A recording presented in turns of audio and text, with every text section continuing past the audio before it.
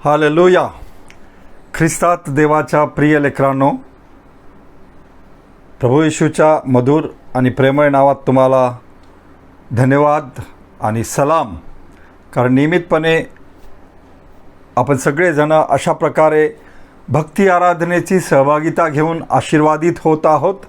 माझा विश्वास आहे तुम्ही व्यक्तिगतरित्या आशीर्वादित झालेला आहात.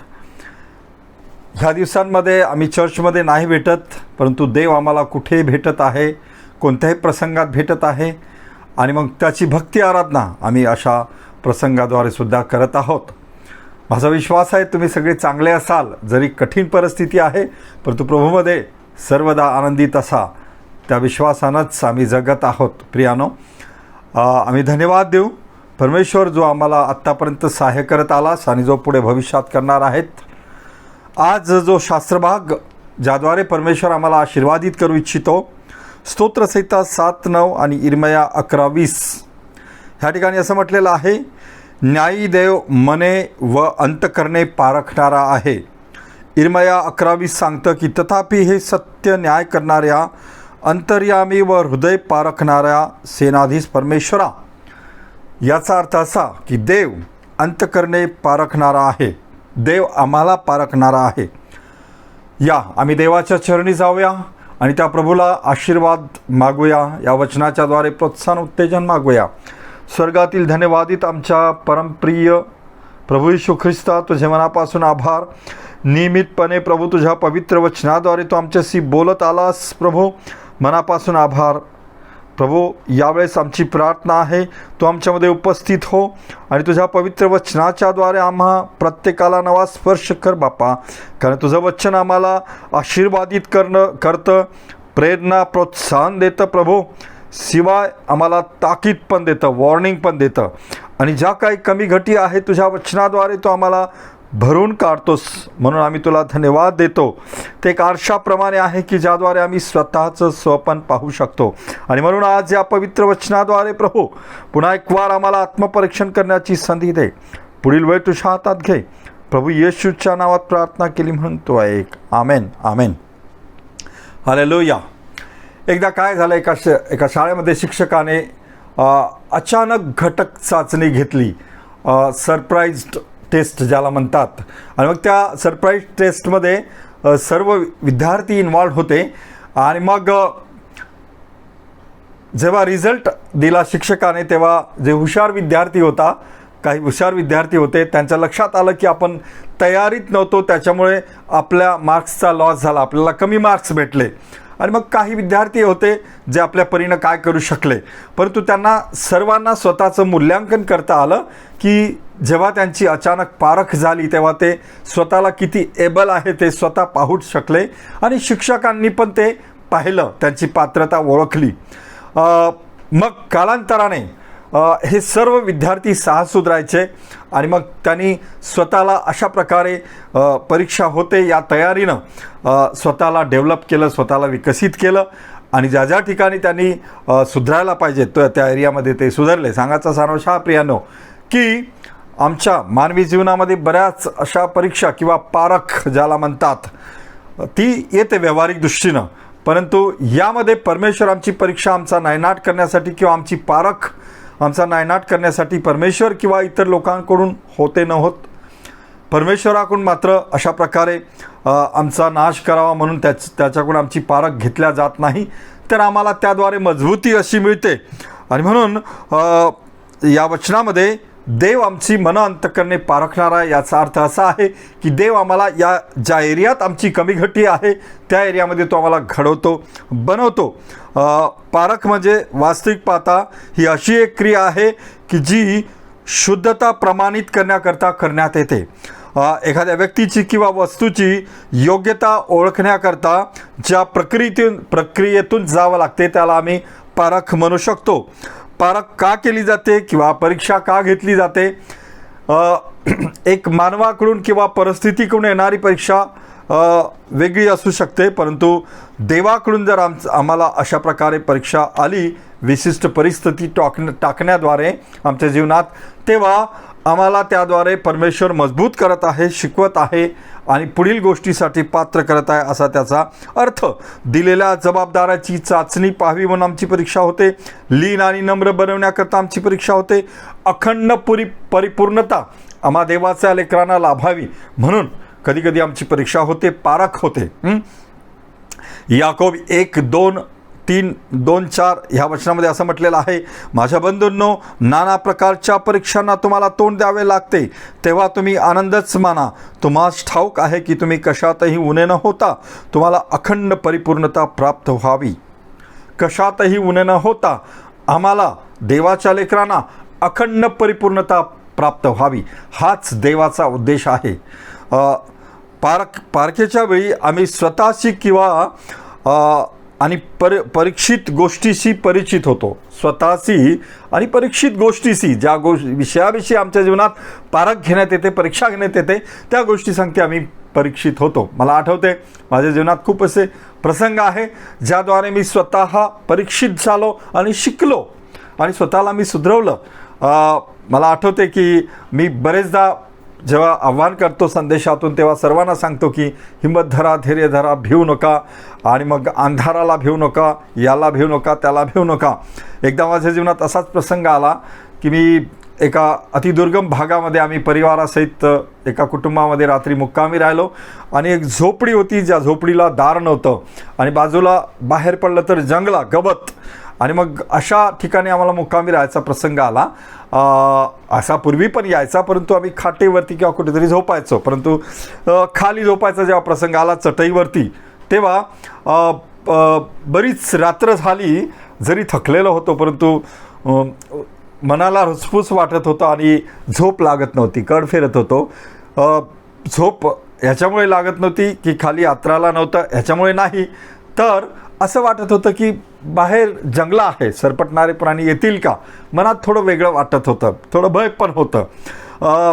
त्या प्रसंगाने मला स्वतःला हे शिकवलं की जेव्हा आम्ही इतरांना शिकवतो तेव्हा आम्ही वास्तविक रीतीने त्या परीक्षेमध्ये जातो तेव्हा आमचं कसं. परंतु प्रियानो, सकाळ झाली, झोप लागली, कालांतराने सकाळ झाली, तेव्हा एकच गोष्ट आठवलं की प्रभू आम्हाला अशा प्रसंगातून जेव्हा नेतो तेव्हा पुढील भविष्यासाठी तो तयार करतो आणि त्याच्यावरचा विश्वास आमचा भक्कम करतो. अलग अलग क्षेत्रामध्ये अलग अलग एरियामध्ये आमची पारख होते, ज्याद्वारे प्रभू आम्हाला मजबूत करतो किंवा तयार करतो. आमच्या निराशेची पारख होते. 1 शमूएल 17:33 जेव्हा शौल दाविदास म्हणाला की फलिस्त्यांशी लढण्यास तू समर्थ नाही आहेत, कारण तो जो आहे तो बाळपणापासून लढवय्य आहे, बलवान आहे, शक्तिमान आहे गल्ल्यात, आणि म्हणून तू असमर्थ आहे.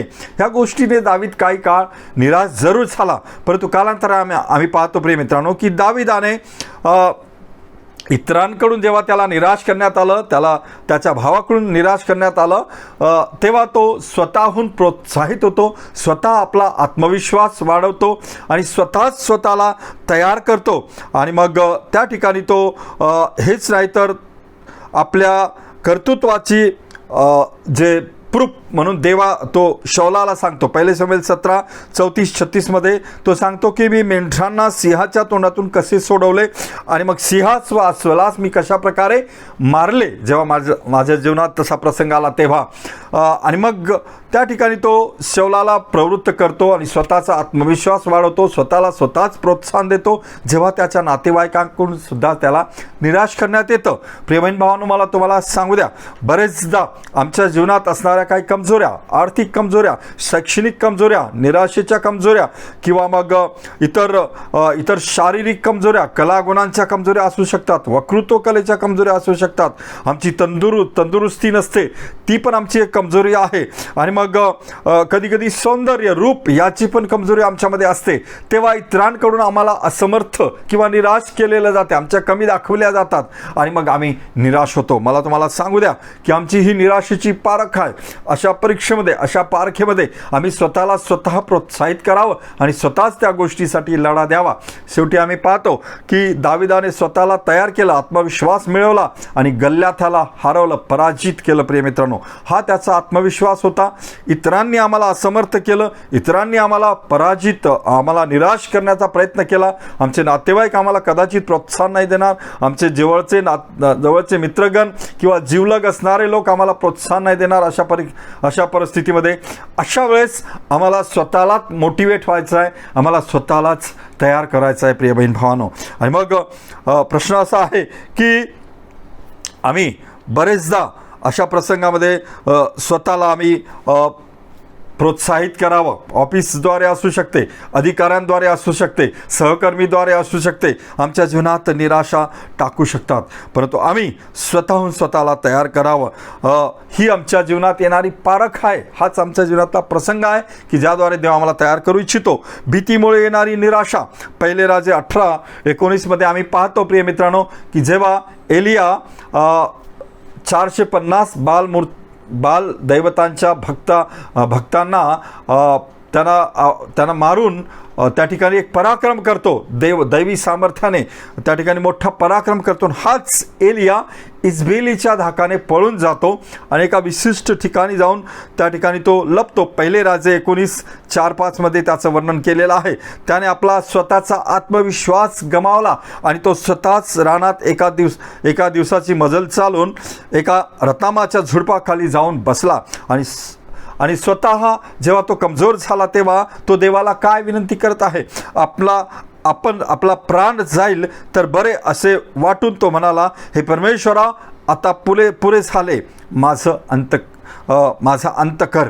याचा अर्थ असा प्रिय मित्रांनो की भीतीमुळे देवावरचा विश्वास त्याचा कमी झाला आणि मग त्या ठिकाणी तो स्वतःचा अंताचा विनंती देवाला करत आहे.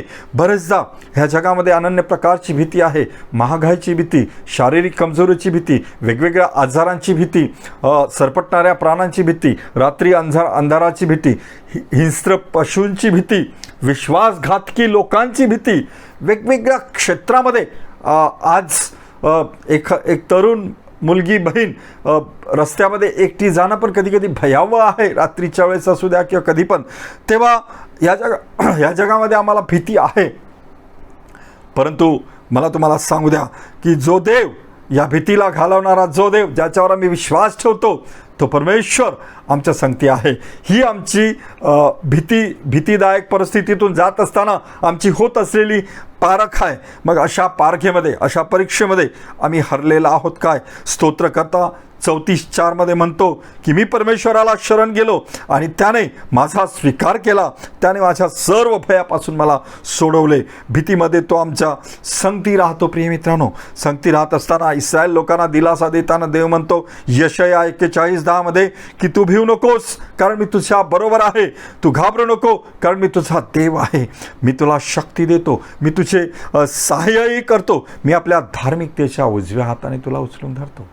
प्रिय बहीण भावनो, कोणत्या प्रकारच्या भीतीला आपण घाबरत आहोत? आजची परिस्थिती फार भयानक आहे की कोरोना व्हायरस या महामारीमुळे सर्व जग घाबरलेलं आहे. स्वाभाविक आहे, या आजारासंगती संघर्ष करताना किंवा वेगवेगळ्या परिस्थितीतून जेव्हा माणूस जातं तेव्हा ती परिस्थिती भीतीदायक आहे.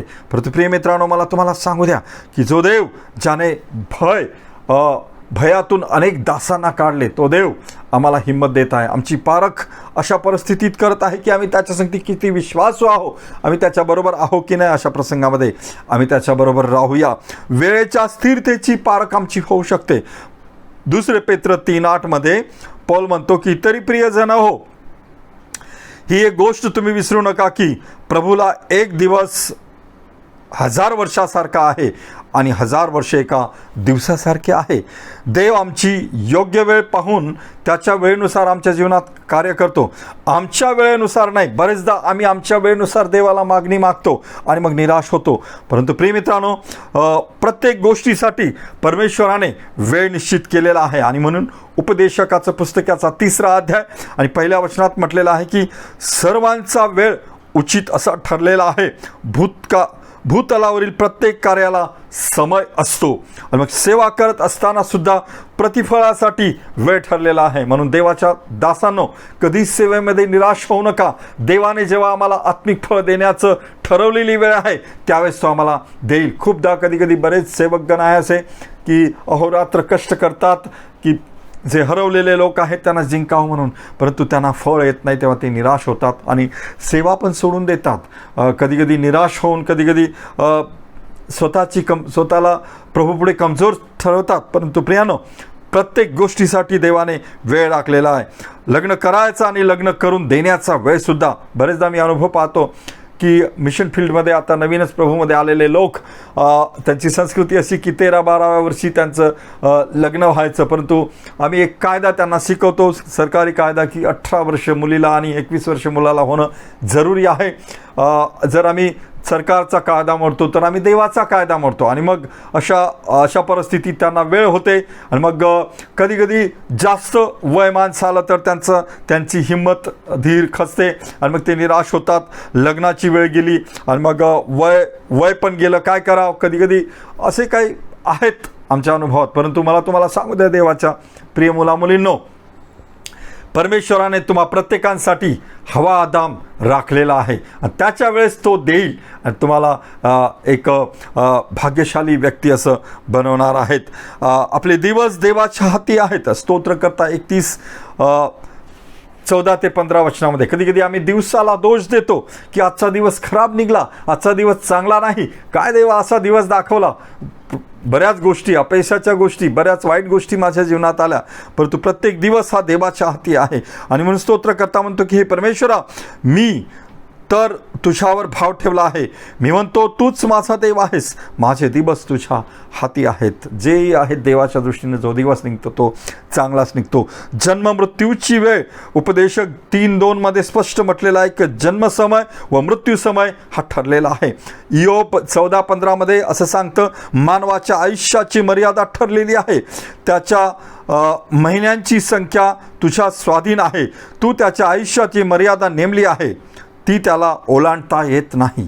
दानिएल 11:27 मध्ये देवाचं वचन सांगतं, प्रिय बहीण भावांनो, की शेवट व्हावाचा तो नेमलेल्या वेळी होणार. आणि म्हणून आम्ही कधी काय करतो की आम्ही जेव्हा व्यक्ती जातं या जगातून, मृत्यू होतं, तेव्हा आम्ही एक दुसऱ्याला दोष देतो ना. आम्ही म्हणतो की ह्या हॉस्पिटलमध्ये नेलं असतं, तो इलाज केला असतं, ते केलं असतं तर अधिक बरं झालं असतं, वाचला असता. नाही प्रियानो, ही देवाची वेळ आहे, ती ठरलेली आहे. आणि म्हणून तो खोडरबर आमच्या हातात नाही आणि ती पेन पण आमच्या हातात नाही, ज्यामुळे त्याचं आयुष्य आम्ही लिहू आणि ज्यामुळे त्याचं आयुष्य आम्ही खोडू.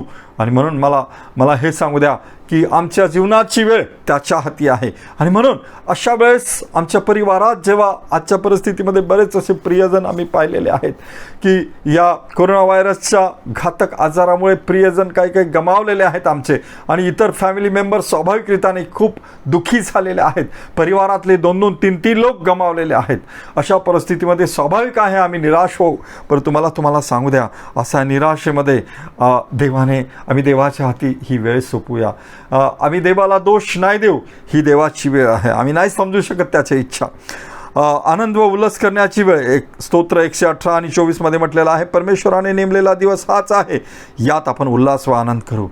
आर्थिक गरजा पूर्ण होण्याची वेळ. कधी आमच्या आर्थिक गरजा पूर्ण होत नाही, परंतु प्रिय बहीण भावांनो, मला तुम्हाला सांगू द्या, परमेश्वर त्याच्या वेळेनुसार आम्हाला अन्न वस्त्र निवारा देईल आणि तो आम्हाला कधी उपाशी उघडं नागडं ठेवणार नाही. आणि म्हणून आम्ही सर्व गोष्टीसाठी त्याच्यावर भरोसा ठेवूया. काय आम्ही सर्व गोष्टी आमच्या वेळेनुसारच व्हाव्या अशी आम्ही उत्सुकता धरतो काय? भावनेत येऊन आम्ही कोणत्याही निर्णयाच्या बाबतीत जल्दबाजी करतो की काय? विश्वास योग्यतेची पारख. आमच्या विश्वास योग्यतेची पारख होऊ शकते. पहिले तिमोथी 3:9-10 मध्ये असं म्हटलेलं आहे की विश्वासाचे रहस्य शुद्ध विवेक भावाने राखणारे असावे, त्याचीही अगोदर पारख व्हावी. आमच्या विश्वास योग्यतेची बरेचदा पारख होऊ शकते अलग अलग क्षेत्रामध्ये. योग्य कार्य करण्याच्या बाबतीत आमची विश्वास योग्यता पारखण्यात येतं प्रियानो. जेव्हा योशेवावरती फारोने मोठी जबाबदारी सोपवली आणि मग जसं त्याचं प्रमोशन झालं त्याचं कारण हेच होतं की त्याला दिलेली जबाबदारी त्याने प्रामाणिकपणे पाळली. प्रिय मित्रांनो, योग्य कार्य करण्याच्या बाबतीत दिलेली जबाबदारी आम्ही योग्यपणे पाळावी हीच आमच्या कार्याची जबाबदारीची पारख आहे.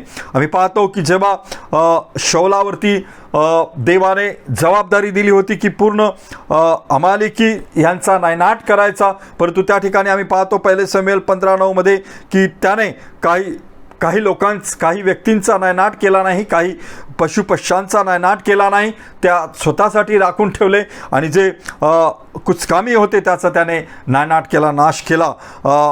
आगागाला त्याने जिवंत राखले. उत्तम मेंढरे, बैल, पुष्टपशु, कोकरे आणि जे जे काही चांगले ते त्याने राखून ठेवले होते. ही त्याने देवाची केलेली आज्ञाभंग होती. परमेश्वराद्वारे त्याच्यावर सोपवलेली जबाबदारी कार्य याची ती पारख होती. यामध्ये तो अपयशी झाला आणि देवाला दुखवणारा असा झाला. आम्हाला सेवाविषयक दिलेले कार्य, ऑफिसमध्ये दिलेले कार्य किंवा कुटुंबातली जबाबदारी ह्या सर्व पाळत असताना प्रिय मित्रांनो, इतरांकडून किंवा देवाकडून आमची जेव्हा पारख होते त्यामध्ये आम्ही कसे आहोत, काय आम्ही नापास होत आहेत का, काय आम्ही अयशस्वी होत आहेत काय, देवाशी आणि मानवाशी विश्वासयोग्य राहून जी जबाबदारी आमच्यावर देवाने दिलेली आहे ती आम्ही पार पाडावी. काय आम्हाला दिलेले कार्य जबाबदारी ही आम्ही विश्वासूपणे पार पाडत आहेत काय, दिलेला शब्द आम्ही विश्वासयोग्यपणे पाळावा. बालाकाने बालामास सांगितले की इस्रायल लोकांना शाप दे, परंतु जेव्हा बालामाने देवाकडून त्याची वाणी ऐकली देवाची, देवाने सांगितलं की इस्रायलांना शाप नको देऊ तर आशीर्वाद दे. जो शब्द देवाने त्याला दिला होता तो शब्द त्याने प्रामाणिकपणे पाळला. शाप त्या ठिकाणी बालाकाने त्याला काहीतरी मोह देण्याचा प्रयत्न केला होता, परंतु त्याच्या बळी न पडता त्याने देवाचा शब्द पाळला. प्रिय बहीण भावांनो, अधिकाऱ्याने दिलेला शब्द, पुढाऱ्याने दिलेला शब्द, कोणीही दिलेला शब्द, प्रामाणिक शब्द आम्ही पाळावा. आणि पवित्र शास्त्रामध्ये प्रत्येक शब्द हा दैवी शब्द आहे, तो पण आम्ही पाळावा. हीच आमची खरी प्रामाणिकता आहे, हीच आमची शब्द पाळण्याची विश्वासयोग्यता आहे. नैतिक बाबतीत आमची विश्वासयोग्यतेची पारीख होऊ शकते. जेव्हा योसेफावरती असा प्रसंग आला, योसेफाला जेव्हा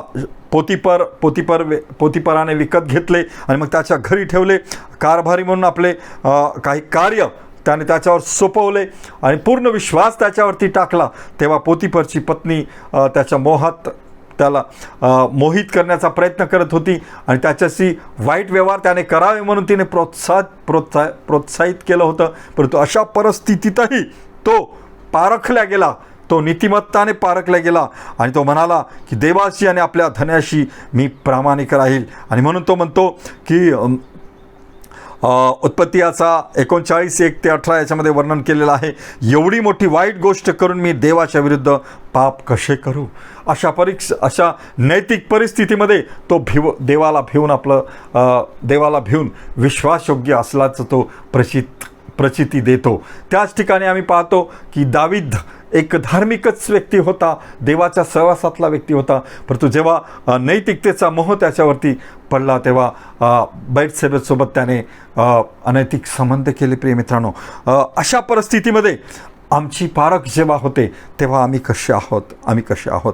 दुःख स्थितीमध्ये देवाशी विश्वासयोग्यतेची पारख आमची होऊ शकते. इयोबाच्या जीवनामध्ये फार मोठं भयंकर संकट आलं, दुःखद परिस्थिती आली, त्याचे सर्वस्व नष्ट झाले, मेंढरे गडी जाळून भस्म झाले, पुत्र व कन्या यांचा अंत झाला, गाढवी चोरीस गेल्या, पिकाचं नासधूस झाली. अशा परिस्थितीमध्ये त्या ठिकाणी इयोब म्हणते की मी मातीच्या उदरातून नग्न आलो आणि तसाच जेथून नग्न आलो तेथे परत जावायचं आहे. परमेश्वराने दिले आणि परमेश्वराने नेले, धन्य त्याचे नाव. त्याची पत्नी अशा परिस्थितीत म्हणतो की काय हो, तुम्ही अजूनही सत्व धरून बसलात काय, देवदेव करून बसलात काय, एवढं तुमचं नुकसान झालं, तुमच्या शरीरावरती व्याधी आली, खाज झाली, तरी तुम्ही देवदेव धरून बसलात काय. तिने देवाच्या बाबतीत दोष निर्माण केला, त्याच्या बाबतीत त्याच्या मनामध्ये. परंतु अशाही परिस्थितीत तो म्हणतो तू धर्महीन स्त्रीप्रमाणे बोलतेस, देवाकडून काय सुख घ्यावे काय, दुःख न घ्यावे काय. प्रेमहीन भावांनो, इयोबाकडून कोणतेही अशा परिस्थितीत इयोबाकडून कोणतेही पाप झाले नाही व अनुचित कृत्य किंवा देवावर आरोप असा झालेला नाही. आणि म्हणून मला तुम्हाला सांगू द्या, आमच्या जीवनामध्ये बरेचदा अशी परिस्थिती येते, आम्ही दुःखी होतो, आम्ही वेगवेगळ्या आजारातून जातो, काही प्रसंगातून आम्ही जातो, ज्यावेळेस आम्हाला वाटते की ज्या देवावर आम्ही विश्वास ठेवलेला आहे, ज्या देवाने आम्हाला चढ उतारामध्ये हात धरून चाललेला आहे, आज ह्या आजारामध्ये त्या देवाने आमच्याकडून डोळे फिरवली की काय. एकदा एक बहीण आली आणि रडायला लागली, भाऊ काय झालं, आमच्या कुटुंबामधले सर्व लोक बिमार पडले, आज 2 महिने झाले खूप प्रयत्न करून, प्रार्थना करून, उपास प्रार्थना करून, अधिक काही इलाज करून बरे झाले नाहीत. आम्ही खूपदा तुमच्या तोंडातून हेच ऐकलं की आमचा देव आरोग्य देणारा देव आहे, आमचा देव आमच्या संगती राहणारा देव आहे, पण आज मला असं वाटत आहे की त्या देवाने मला सोडलेलं आहे. जी बहीण मोठमोठ्या साक्ष पुलपीटवर पुढे येऊन सांगायची की तो प्रभू किती अद्भुत आहे, तीच बहीण अशा प्रकारे अविश्वास प्रकट करून त्या देवाविषयी बोलत आहे. प्रेमित्रांनो, आमच्या आजारामध्ये, आमच्या दुःखद परिस्थितीमध्ये आमची पारख होईल तेव्हा आम्ही कसे आहोत, तेव्हा आम्ही देवाशी विश्वासू आहोत का, किंवा आम्ही त्या पारखीमध्ये पास झालेला आहोत का. बरेचदा काय होतं की खूपदा आम्ही अशा परिस्थितीमध्ये देवाला दोष देतो आणि मग आम्ही देवाप्रती अविश्वास प्रकट करतो. शेवटची पारख, एक जंगलातील पारख म्हणजे तुम्हाला आणि मला नवीन शब्द वाटेल, ही जंगलातली पारख काय आहे. दावीद जेव्हा अबशलोमाला चुकून पळून जात होता, तेव्हा त्याच्यावर जो अबशलोमाच्याद्वारे जो प्राणघातकी हल्ला होणार होता, तेव्हाचं हे वर्णन आहे. स्तोत्रसंहिता 63 आणि 1 मध्ये त्याचं वर्णन केलेलं आहे. तो त्यात म्हणतो की दावीद चुकलेल्या वेळेतून जेव्हा गुजरतो तेव्हा म्हणतो की हे देवा, तू माझा देव आहेस, मी तुझा शोध करीन. शुष्क व रुष्क निर्जल परदेशात माझा जीव तुझ्यासाठी ताणेला झाला आहे, माझ्या देहालाही तुझी उत्कंठा लागलेली आहे. जेव्हा तो अशा परिस्थितीतून जात होता, सुकलेल्या अवस्थेतून जात होता, आणि तेव्हा तो म्हणतो की माझा जीव शुष्क रुष्क निर्जल प्रदेशात माझा जीव तुझ्यासाठी ताणेला आहे.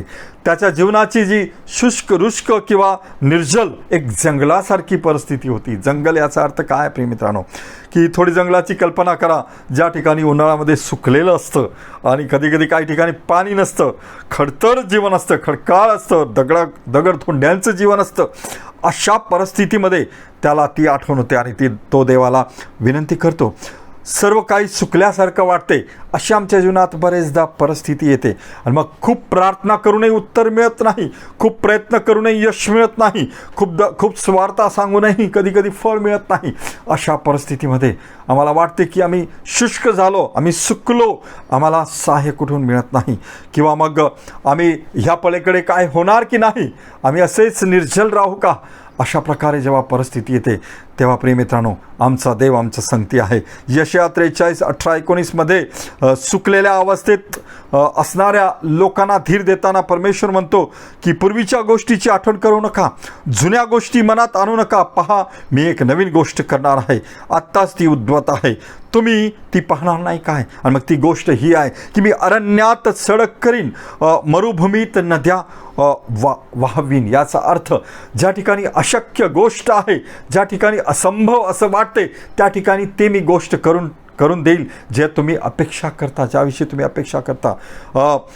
अरण्यात सडक, ज्या ठिकाणी मोठे पहाड आहेत, झाडं आहेत, दगडथोंडे आहेत, अशक्य असं आहे, अशा ठिकाणी पण मी एक सरळ रस्ता सडक करीन. याचा अर्थ प्लेन रस्त्यावरती तुमचं जीवन सुरक्षित चालेल, हाच त्याचा अर्थ आहे. मरुभूमी जिथे अपेक्षा नाही तिथे मी पाणी आणीन. याचा अर्थ असा प्रिय मित्रांनो की जेव्हा दावीद अशा अवस्थेत होता, शुष्क रुष्क निर्जल प्रदेशात असल्यासारखं त्याला वाटत होतं, आणि मग तुमच्या आणि माझ्या जीवनात सुद्धा तो अशाच प्रकारे असे काही प्रसंग येतात, तेव्हा आम्ही काय देवाला अशा परिस्थितीविषयी विनंती करतो काय आणि देवाचा आसरा घेतो काय. ही आमची जंगली परिस्थितीची पारख असू शकते. देव आम्हाला अशा परिस्थितीत टाकू शकतो, तेव्हा आमचं काय. प्रिय बहीण भावांनो, पारख ही विश्वासूच्या किंवा एक लीडरच्या, एक पुढाऱ्याच्या नेत्याच्या जीवनात येणारी दैनंदिन गोष्ट असू शकते. पारख आम्हाला मजबूत करते, परीक्षा आम्हाला मजबूत करते, परीक्षा आम्हाला शिकवते की आम्ही कसे होतो, आम्ही कसे असावेत, जेणेकरून आम्ही देवाला आवडणारे असावे आणि आम्ही यशस्वी जीवन जगणारे असावे. आणि म्हणून ह्या ठिकाणी आम्ही पाहिलं की निराशेच्या पारखेमध्ये आम्ही कसं असावं, विश्वासयोग्यतेच्या पारखेमध्ये आम्ही कसं असावं, अधिक वेळेच्या पारखेमध्ये आम्ही कसं असावं, आणि जंगलासारखी निर्जल शुष्क अवस्था येते तेव्हा आमचं जीवन कसं असावं. आपल्या जीवनातील पारखेद्वारे आपल्याला देव घडवतो आणि मग देवाला दोष न देता पुढाऱ्याचे गुण, आमचे गुण तो चांगल्या गोष्टीमध्ये विकसित करतो. आणि म्हणून प्रिय बहीण भावांनो, या आम्ही आमचे डोळे बंद करूया. अशा प्रकारे जेव्हा आमच्या जीवनात चढाव उतार येतो आणि आमच्या जीवनातली पारख होते, तेव्हा आम्हाला परिस्थिती आम्हाला घडवते, परिस्थिती आम्हाला बनवते. आणि म्हणून ज्या विद्यार्थ्याने अचानक घटक चाचणी घेतल्यामुळे अयशस्वी झाले, परंतु भविष्यामध्ये त्यांना त्या तयारी करता आल्या आणि नंतर ते यशस्वीत होत गेले. याचा अर्थ असा की कधीकधी देवाकडून, मानवाकडून असू द्या किंवा परिस्थितीद्वारे असू द्या, आमच्या जीवनात पारख येते, परीक्षा येते, तेव्हा आम्हाला ती परीक्षा घडवते. आणि म्हणून देवाला दोष न देता आम्ही पुढे जावं. आम्ही आमचे डोळे बंद करूया, त्या देवाच्या चरणी जाऊया आणि स्वतःला आम्ही काय प्रश्न विचारू, स्वतःचं आम्ही आत्मपरीक्षण करू. प्रिय बहीण भावांनो, अशा परिस्थितीमध्ये मी कसा आहे, देवाकडून केल्या जाणाऱ्या ह्या सर्व पारखेमध्ये आपण हारत आहोत काय, आपली होत असलेल्या पारखेच्या दरम्यान स्वतःला घडविण्याकरता देवाच्या हाती आम्ही स्वतःला देत आहोत काय, अशा परीक्षेच्या वेळी देवाच्या देवपणाच्या बाबतीत आम्ही शंका पकडतो काय, धरतो काय आम्ही अशा आपली असमर्थता जेव्हा दर्शविल्यात येते इतरांकडून, त्या प्रसंगात आम्ही निराश होतो काय. आमच्या विश्वासाची पारख होते. प्रिय मित्रांनो, न घाबरता स्तोत्रकर्त्याप्रमाणे आम्ही देवाला शरण जावं आणि आम्ही पण म्हणावं की त्याने माझ्या सर्व भयापासून मला सोडविलेले आहेत. भीतीमध्ये तो आमच्या संगती आहे, तो आम्हाला कधी सोडणार नाही. आणि म्हणून तो म्हणतो, इस्रायल लोकांना धीर देताना म्हणतो, तुम्ही भिवू नका, कारण मी तुझ्या बरोबर आहे. घाबरू नको, कारण मी तुझा देव आहे. मी तुला शक्ती देतो, मी तुझे सहाय्य करतो, मी आपल्या धार्मिकतेच्या हाताने तुला उचलून धरतो. सर्व गोष्टी आमच्या वेळेनुसार व्हाव्या अशी उत्सुकता आम्ही धरतो काय, भावनेत येऊन कोणत्याही निर्णयाच्या बाबतीत आम्ही जल्दबाजी करतो काय आम्ही आमच्या जीवनात येणाऱ्या दुःखद परिस्थितीच्या बाबतीत देवाशी विश्वासयोग्य आणि प्रामाणिक आहोत की नाही. जंगलात सुकलेल्यासारखी जेव्हा परिस्थिती येते तेव्हा आमचं जीवन कसं आहे.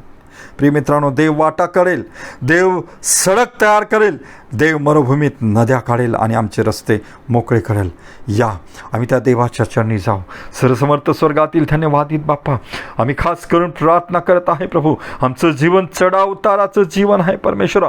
आमच्या जीवनात बरेचदा आमची पारख होते, तुझ्याद्वारे पारख होते, ह्यासाठी की आम्ही त्या परिस्थितीशी झुंजणारे बनावे, मजबूत बनावे. आज जितकेही श्रोतेगण हे देव तुझं वचन ऐकत आहे बाप्पा, आमची प्रार्थना आहे त्यांच्या जीवनात निराशेची परिस्थिती आली असेल प्रभू, त्यांच्या जीवनात जंगलासारखी सुकलेली परिस्थिती आली असेल प्रभू, हो त्यांच्या जीवनात वेगवेगळ्या प्रकाराद्वारे प्रभू कधीकधी त्यांच्या जीवनाची पारख घेण्यात आलेली असेल. अशा परिस्थितीमध्ये प्रभू आमची प्रार्थना आहे, आम्हा सगळ्यांना हिंमत दे.